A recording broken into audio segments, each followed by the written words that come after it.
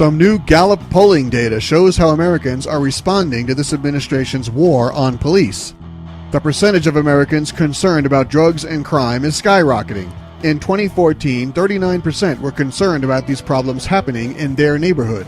In 2015, that number jumped to 53%. The number is even higher among minorities, 68%. That's almost 7 out of 10 people, and no wonder since minority communities are affected the most by drugs and crime. And it spans all demographics, young and old, black and white, liberal and conservative, all have growing concern about crime.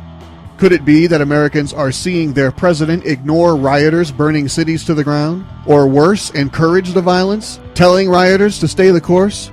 The only real involvement by this administration was Obama pardoning hundreds of convicted criminals, simply letting them go without fulfilling the sentences for their crimes. Meet Melanie Rayner. She lives and works in Washington, D.C.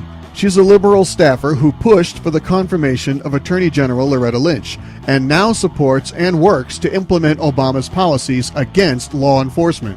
She told the Washington Post how fearful she is to be living in D.C. because of all the incidents of crime just blocks away from where she lives. It's one of those rare occasions when a libtard is forced to suffer the consequences of the very liberal policies he or she supports. Another article in the Washington Post said the number of murders in the country's 50 largest cities is up 17%, the biggest increase we've seen in 25 years. The rise in crime also coincides with the huge drop in deportations of illegal aliens, including those that are convicted felons and repeat offenders. Not to mention the most lawless president in American history, one who holds the Constitution in contempt and undermines it every chance he gets.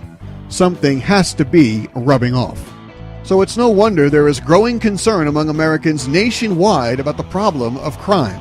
And this administration's vilification of law enforcement certainly isn't helping matters. Is anyone really surprised? Thanks for listening. Don't forget to subscribe and donate at theraywarnershow.com.